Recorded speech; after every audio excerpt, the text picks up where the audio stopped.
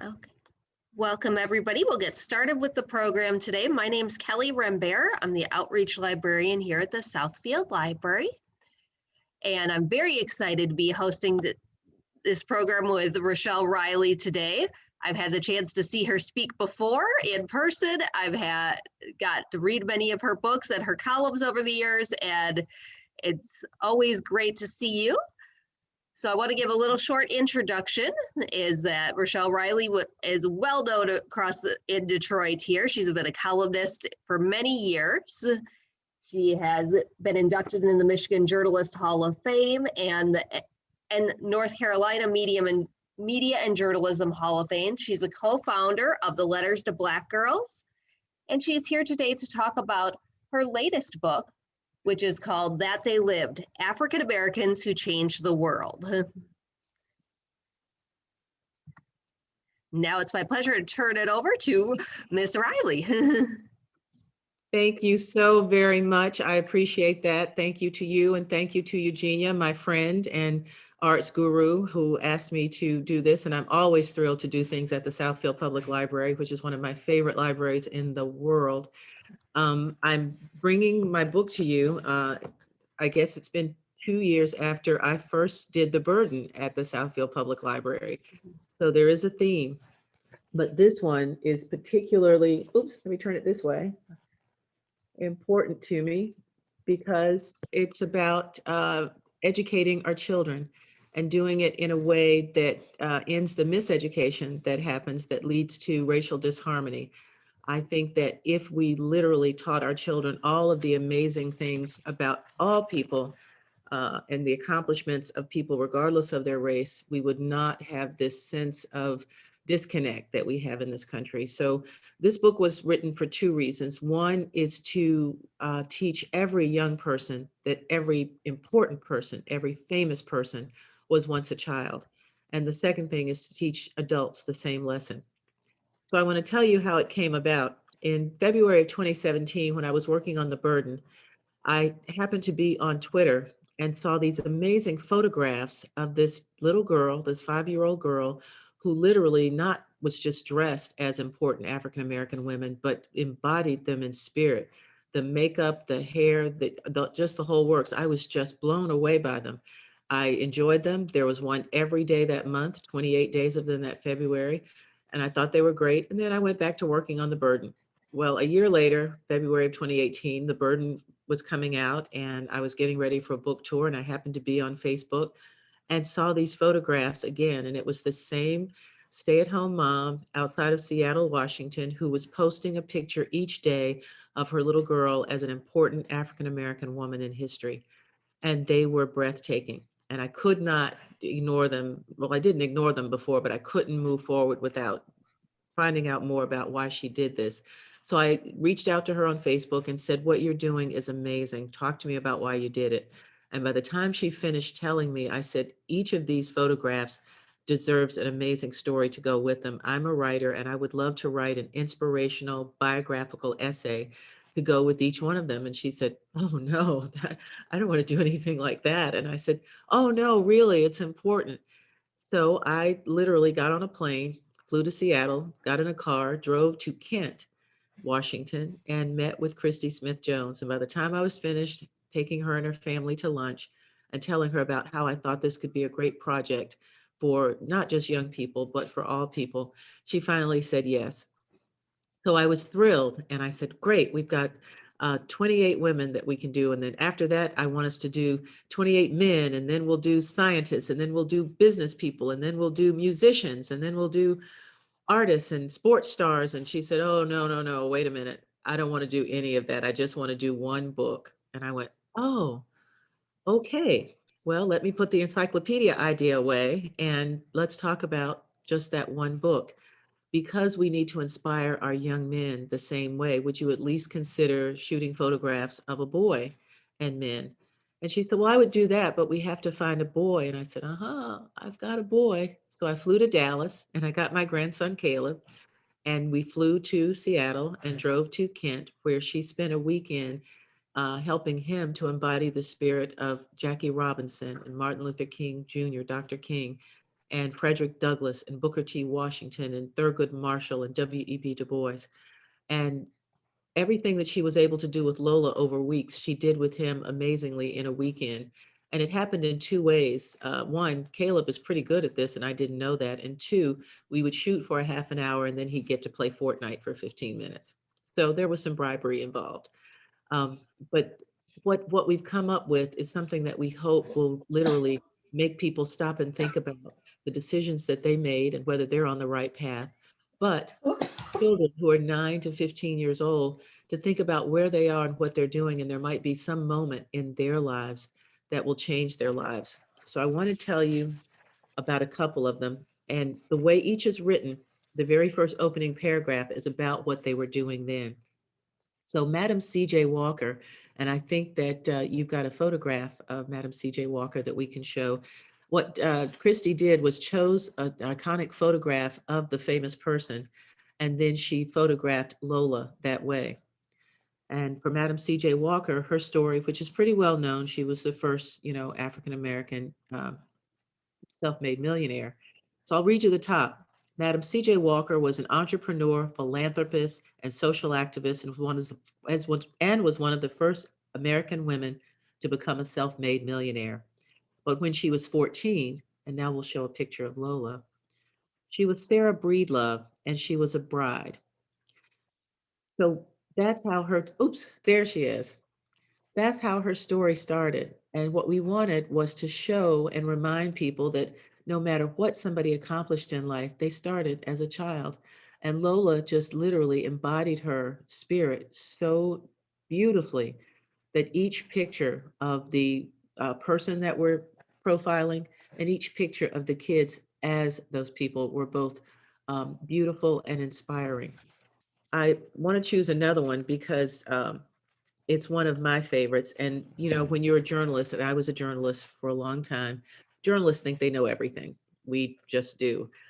So when I ran across anything that was the first time I had learned about it, I was really, really amazed. So, when you think you know everything about Jackie Robinson, like, oh, Jackie Robinson, I know the story, I know the man. I said, no, I didn't know everything.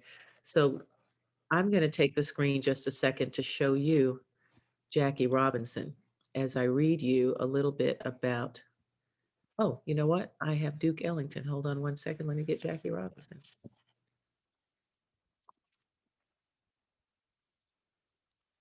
Um, some of these are sports stars. Some of these are musical stars, but all of them did something that was so amazing that we thought that it was necessary to give you a little bit of them. Thank you right there. And I'm going to go back to share the screen so that you can see this one. And then I'll tell you what I did not know about Jackie Robinson. Jackie Roosevelt Robinson would grow up to be the first African American to play Major League Baseball in the modern era.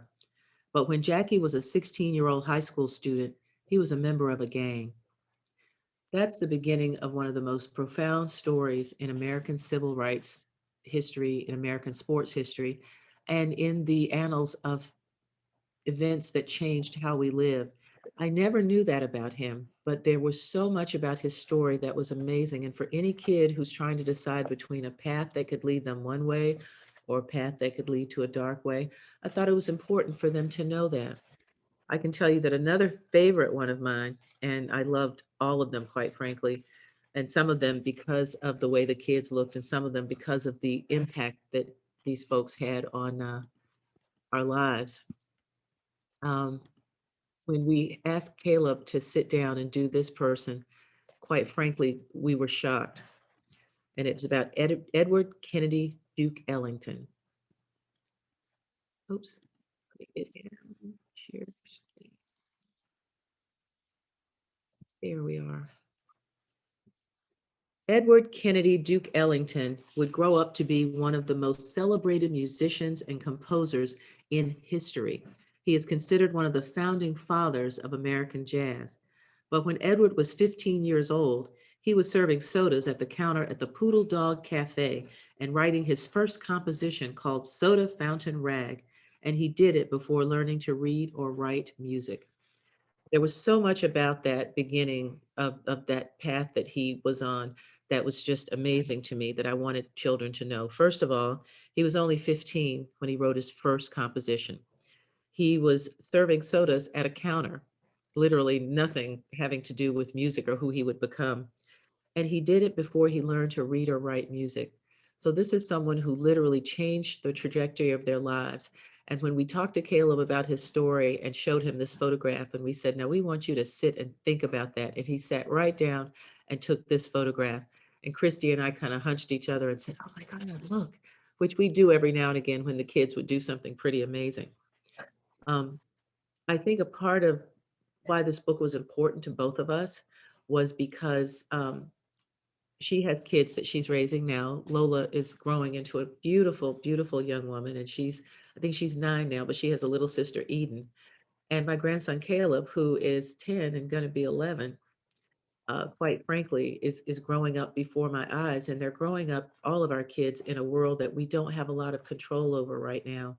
So we want to make sure that we're paying attention to how they see themselves and how they think about themselves, and to know that there will never be a time where they cannot do something really important or make history.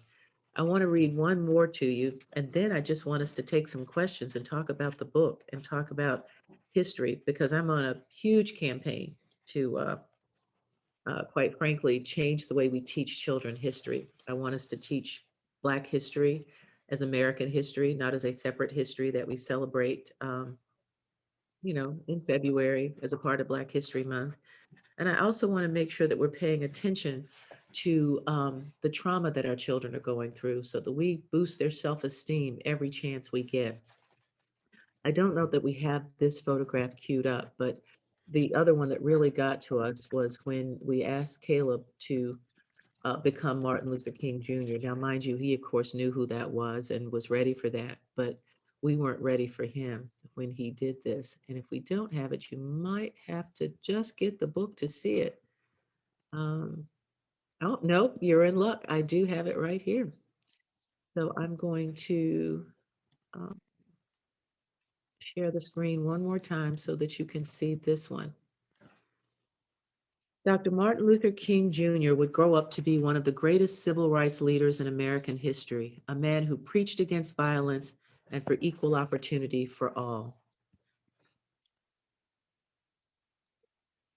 But when he was 12 years old, he tried to kill himself.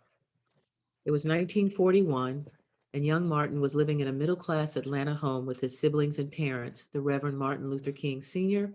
and Alberta Williams King. The home was filled with Bible readings and gospel songs, but the family lived in a city where Black children learned early the hard lessons of bigotry. He snuck out to go to a parade, and while he was gone, his beloved grandmother died. And when he found out about it, he jumped out of a window.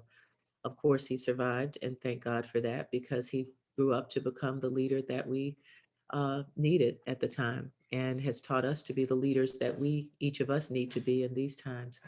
But when Caleb grabbed the podium wearing a wedding band and looked up to the heavens, we thought, oh my God. So that was what this whole process was like, in teaching these kids about these folks who are so important.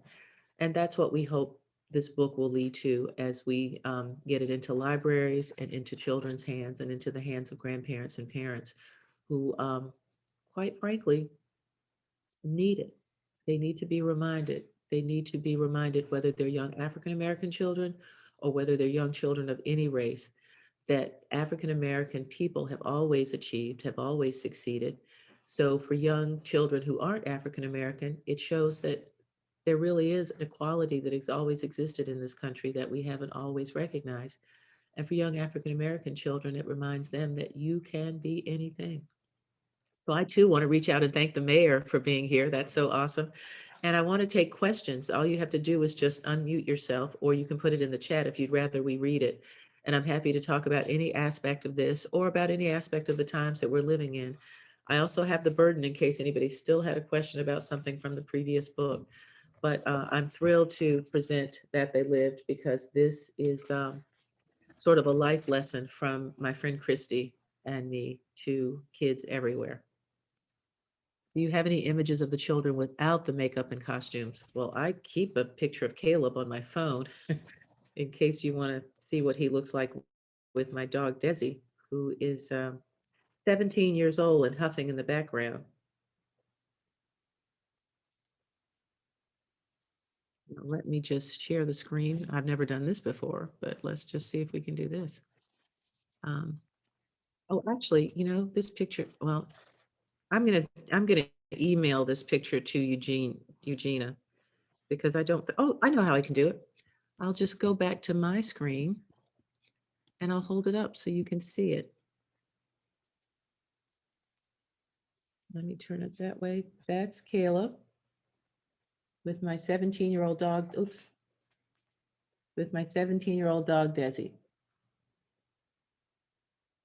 And Lola, I do not have pictures of, but she is beautiful, and you can get a sense of her face. It's not like there was so much makeup that you can't see her, but because of the character and because of what she's doing with just this amazing, again, if you tell them the story, this is what this person was doing and what they thought about, and she did that. And that was from Andrea B. Are there any other questions? Well, then I'd like to read a couple of more, because another one of my favorites is someone that I got to cover as a journalist when I was in Louisville, Kentucky, and that was Muhammad Ali, who grew up as Cassius Clay. Muhammad Ali would grow up to be one of the greatest athletes in history, a man admired for his fight for political freedom as much for his boxing. But before he was known as the greatest, he was a 12-year-old boy named Cassius Marcellus Clay Jr., growing up in Louisville, Kentucky, and he was the victim of a crime. Someone stole his bicycle. It was October 1954. And people sort of know the story of him being so mad that he wanted to find this person who stole his bike and whoop him. And somebody said, well, you better go and learn how to do that. So go down to the boxing gym in the building he just left. And he met the officer who was running that gym and told him what happened. He said, well, if you think you're going to do that, you better learn how to fight. And he introduced him to boxing. And at that time, he was Cassius. Cassius knew that would be his life. He trained before school, after school, late into the night. Just 6 years later, he won a gold medal at the Olympics, and he went on to heavyweight fame. Um, oh, this is from someone named Trust, and it says, thank you for sharing about your book. One day I want to be an author as well. I have to log off now for my meeting. I am in the first grade. Oh my God, where are you? Thank you for being here. Oh, that's awesome. First grader. And then Kathy said, thank you. She's going to get books for her library and for her granddaughters. I really, really hope that this is the kind of story that you'll share. Oh, there's Trust. Hi, sweetie. How are you? Can you unmute? Tell your mom to unmute just so I can talk to you before you go back to school. There you are. Hi. How are you? It's very nice to see you. Are you there? There you are. So are you doing okay?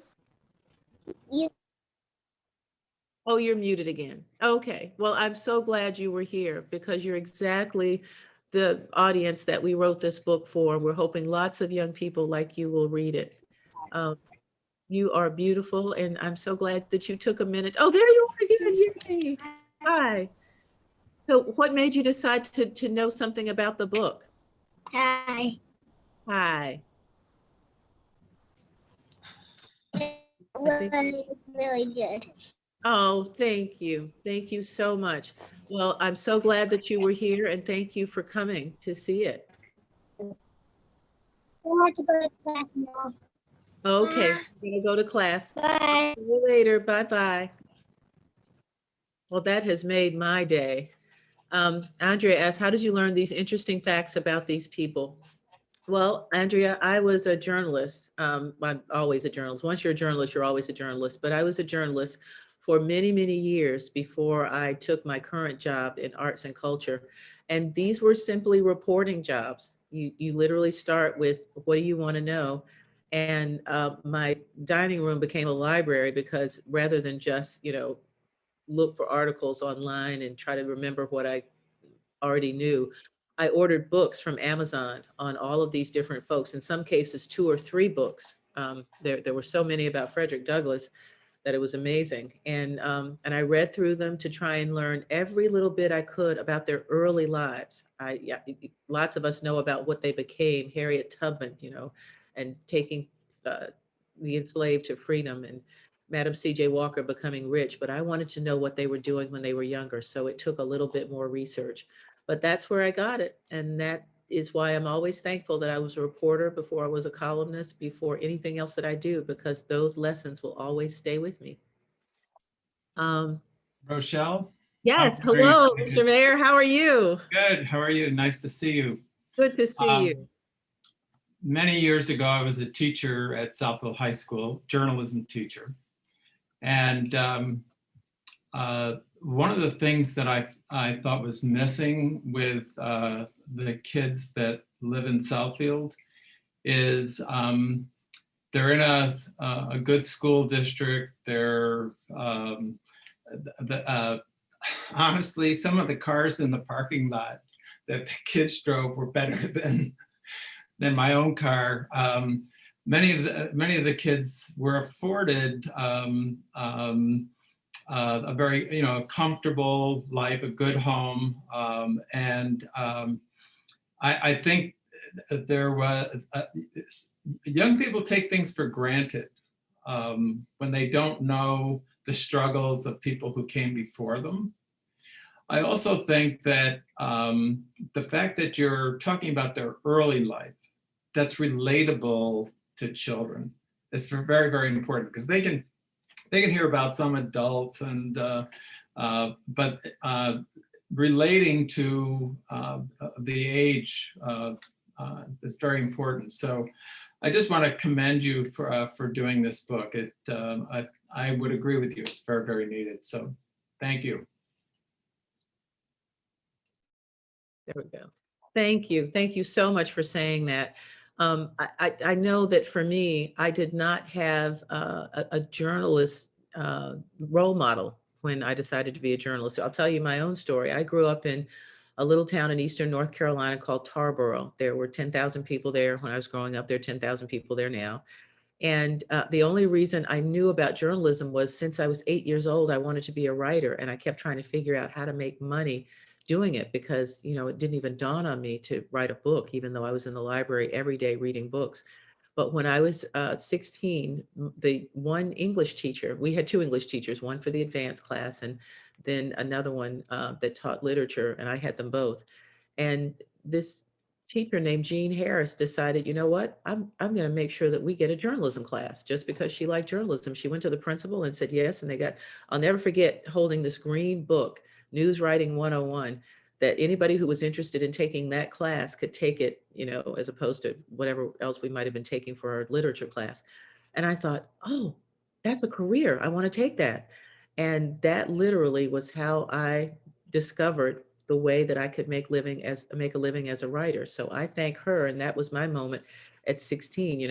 Everybody in my family was teachers, beloved teachers. Everybody expected you to be a teacher. Everybody knew that that was something you could do. And had it not been for that class, I probably would have still been writing, but I might have wound up being a teacher. But instead, from that moment, I knew that was my life and that would be my career. So it does make a difference. And I want to thank teachers everywhere, especially parents who are teaching now, like Trust Mom. I know that if this were, my daughters are grown up now, but if this were happening when my daughter was young and we were having what we were having, she would be in real trouble. My pandemic teaching would not have been enough for her, because I have no math skills and very little patience. And so I just feel for all of these parents who are doing what they're doing. But thank you for that. That is why I really want to get it into the schools and the libraries and get it into kids' hands, because I want them to feel that moment when it happens. I appreciate that. We've got something from Barry Silverman. Absolutely agree that Black parents, grandparents would want to reach for this book to educate their children. What can you say to motivate non-Black family would want to do likewise? I'm so glad you asked that, because as I said earlier, this is a book for everyone. A part of the struggle that we have in this country is this myth for centuries that African American people are not achievers, are not capable of things, are second-class citizens, or inferior. It has never been farther from the truth. And every opportunity I have to show people that and to make people understand that, but not just that people excelled, but because they excelled over overwhelming circumstances. For instance, people know the story of Katherine Johnson because, quite frankly, she helped send people to the moon. And that movie Hidden Figures let people know that Neil Armstrong would not get on the rocket until the woman who was the human calculator made sure that what the computer said was right was right. She would have been celebrated had she not been African American. These are the types of stories that if young white children were taught these facts alongside everything else, no one would feel this sense of inferiority or superiority, but there would be this general appreciation on all sides of the things that people can do. And I want to read you a little bit of Katherine Johnson's because that's an amazing story that, again, nobody knew until she was in her 90s. Creola Catherine Coleman would grow up to be a brilliant mathematician whose work as a human computer helped NASA send a man into space. But that's not surprising since when Catherine was 10 years old, she was smart enough to begin high school when her friends were still in elementary classes. But there was no school past 8th grade for African American children in the segregated town called White Sulphur Springs, West Virginia, where she and her family lived. So her parents, Joshua, a farmer, janitor, and handyman, and Joylette, a former teacher, moved the family to Institute, West Virginia, so Catherine and her siblings could attend class. So with those type of obstacles and all of that she had to face, this 10-year-old kid who was brilliant got her start, but she didn't get her due and didn't get, recognition until decades after she did these amazing things. So imagine what would happen if the kids in her class in that segregated school had known how smart she was and could have grown up beside someone like her. It's equally important for kids who are not African American to see these folks, to understand the things that they went through, to understand the things that they achieved. I think it brings us closer together and knocks down this wall that somehow we're different. I would get my hands on a copy of this book. How do I get this and hopefully get this book into our school? That's from Shelley. And I appreciate that. I can tell you right now that if you go to RochelleRiley.com, which is my website, it has every way that you can buy this from independent bookstores, from Amazon, and directly from Wayne State. Barnes and Noble has it. You can get it everywhere books are sold. And even though I really, really, really love Amazon and buy something from them every day, gosh darn it, I hope that you'll find an independent bookstore and help them stay open and alive during the pandemic and get it from them.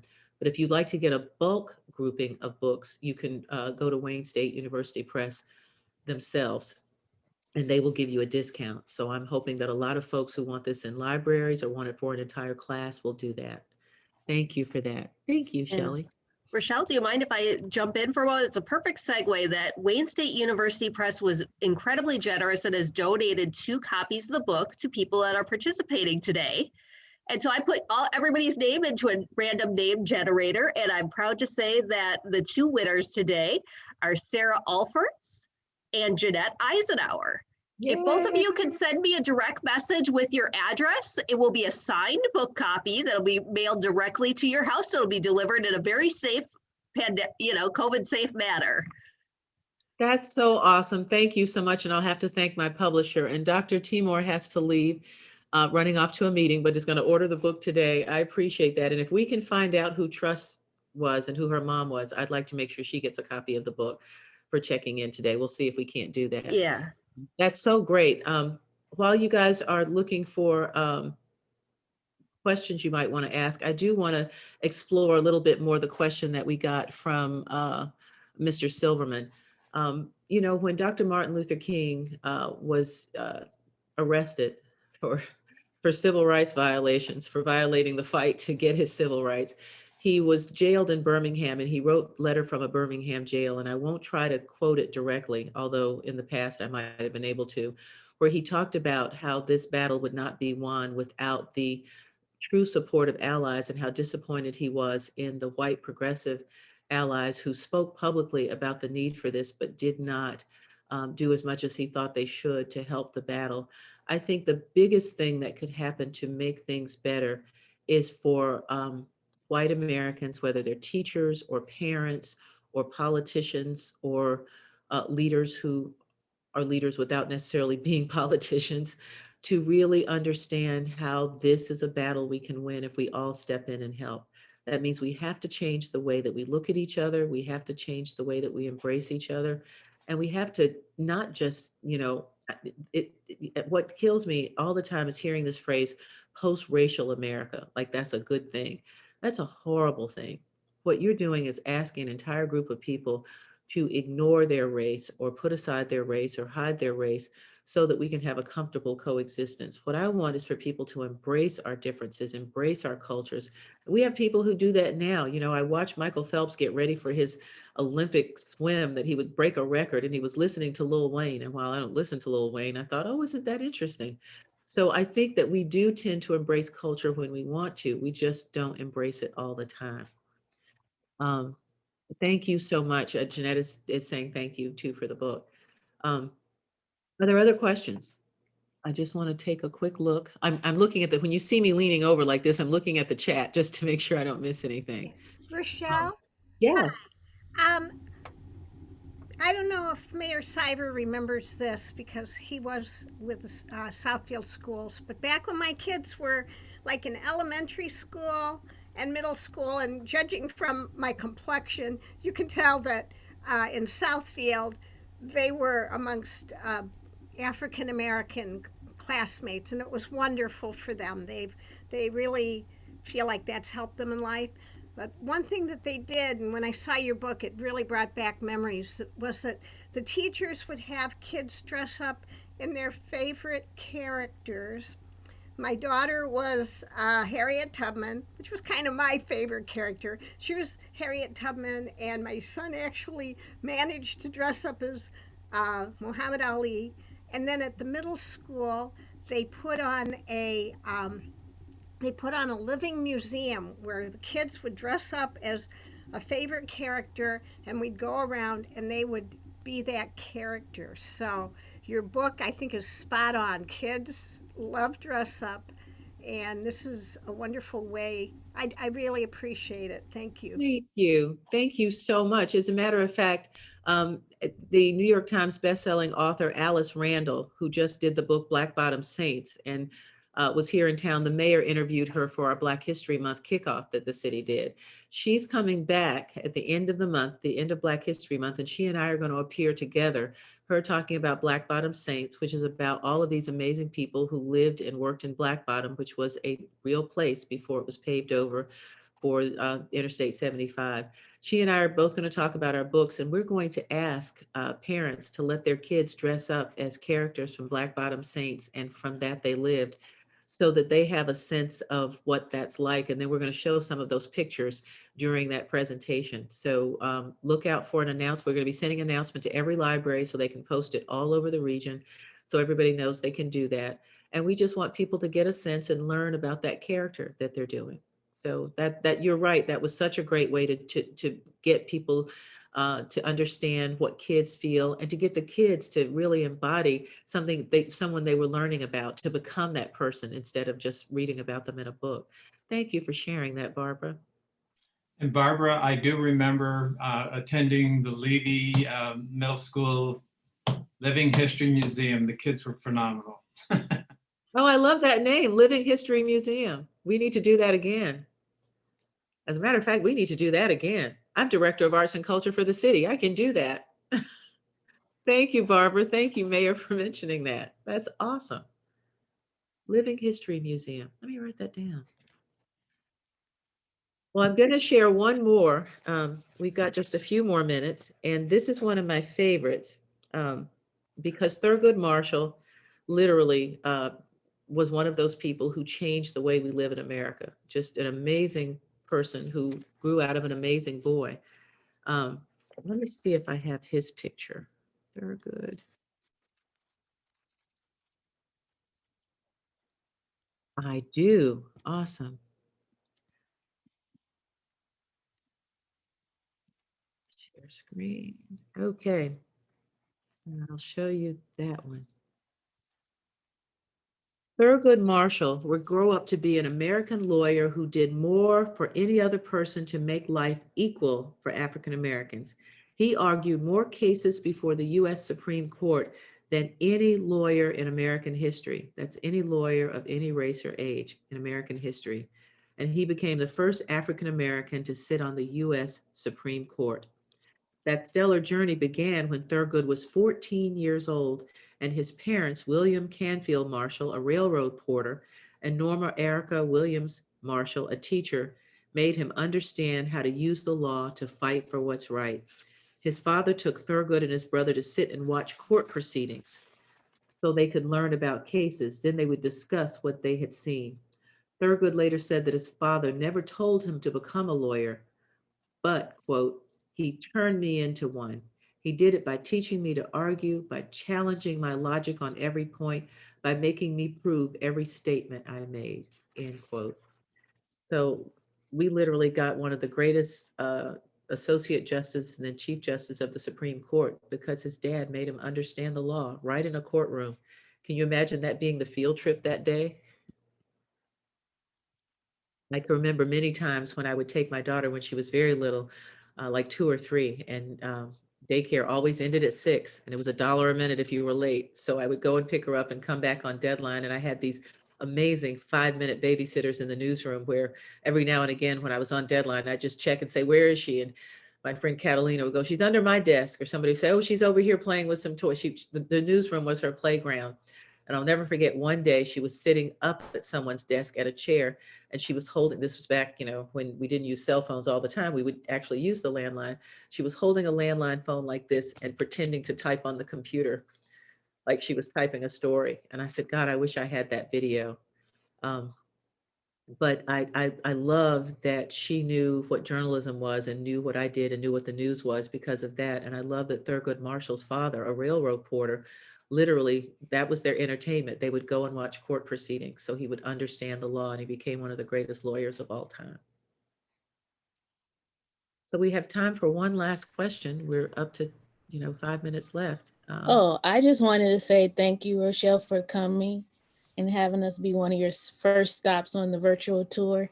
I was so excited when I saw the book almost a year ago, but just looking at your bookcase in the background, I'm reminded of on Sundays, my grandparents would have, my uncle would be in the kitchen cooking Sunday dinner, and we would be restless in the living room. And my grandmother would say, "Go downstairs and get a book."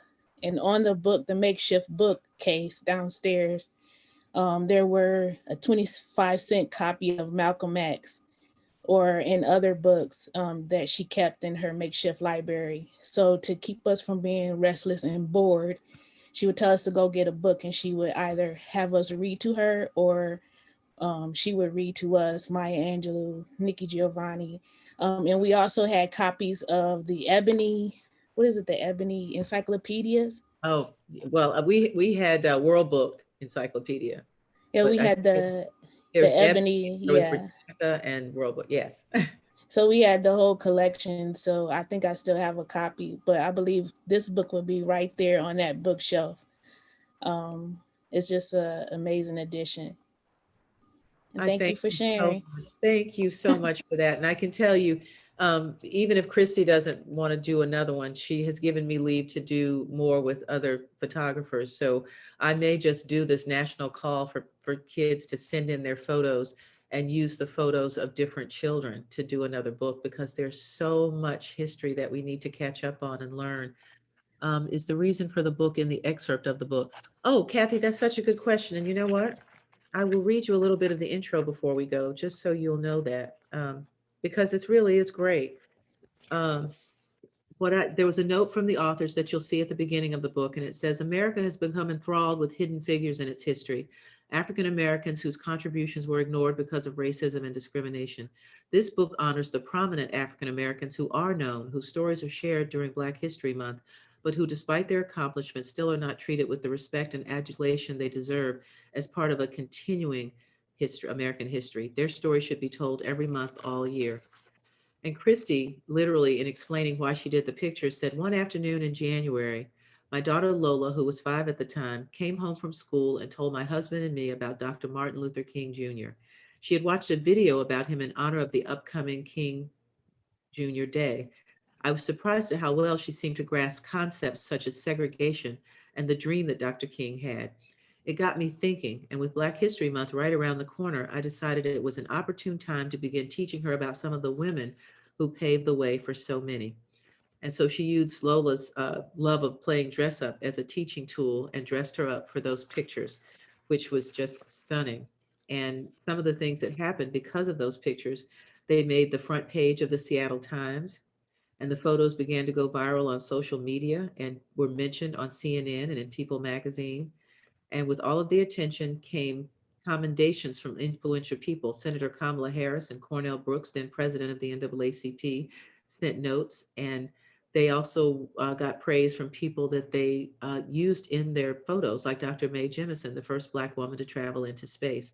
And my friend Alelia Bundles enjoyed the tribute to her great-great-grandmother, Madam C.J. Walker, so much that she sent Lola a care package with books and memorabilia about her. So that was what happened with her. And for mine is quite simply because of who I am. I'm a journalist. I've been a journalist since I was 8 years old. I've worked at newspapers across the country writing about education, politics, culture, and children. I was a newspaper columnist for most of that time and offered an opinion on everything from global affairs to school lunches. But I'm also a social mediologist. I spend hours each week on Facebook, Twitter, and Instagram, not only because it is necessary to keep up with news and popular culture, but also because the World Wide Web is an amazing playground. It makes it easier to study social trends and keep my finger on the pulse of American readers. So in February 2015, when photos began showing up on Facebook of a tiny face carrying the beauty and grace of famous African American women, I was immediately smitten. And that was, I told you the rest of the story, that I then went in search of Lola and Christy. So my son is a teacher and he would love to share this with his class. That's awesome. And Jessica said that that would be a wonderful sequel. Oh, I guess telling the story of how the book came about, but it's in the book. But I do love talking about it, Jessica, and I am working on a sequel to The Burden. The Burden was literally about African Americans and the enduring impact of slavery and how those things that happened because of those centuries of enslavement still play a role. And I went around to 80 different conversations around the country talking about the burden. And I'm working on a sequel called Laying the Burden Down, because we're at a point in this country because of the death of George Floyd and people really reaching out and wanting to change things, that we might actually be at a point where we could change things and lay that burden down. Well, thank you so much. I also want to point out we have a second local dignitary here that's been a part of this conversation. Dr. Cheryl Mitchell is the city administrator in Lathrop Village. So thank you, Dr. Mitchell, for Thank you, joining Dr. us. Mitchell. Oh, wait, before you sign off, I want to say that Jessica said she was referring to a sequel to the book with an open call for photos. I think you're absolutely right. And Thank you, and I thoroughly enjoyed this and was glad I was able to participate. Good to see you, Rochelle. Thank you. Good to see you. Thanks for being here. And you look fabulous. I love your hair. Thanks.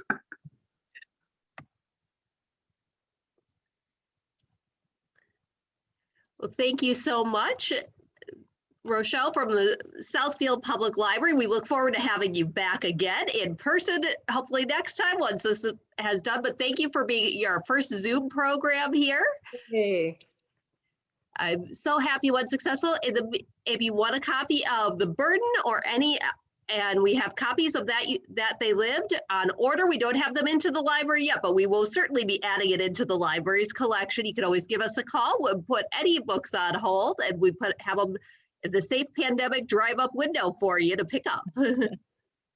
Well, I'm certainly hoping to be there, and I'm keeping my fingers crossed. You know, I listen to that Earth, Wind, and Fire song, September, all the time, and I dance to it at least twice a week. And I'm hoping that by September, we'll be out and about and wherever we want, and I can't wait to come back to one of my favorite libraries. And if you want any other information, including the book tour and where I'll be, this virtual tour, I'll be sitting here in my dining room with the same books behind me, but it has the schedule of all the appearances that are coming up. Thank you so, so much. Thank you.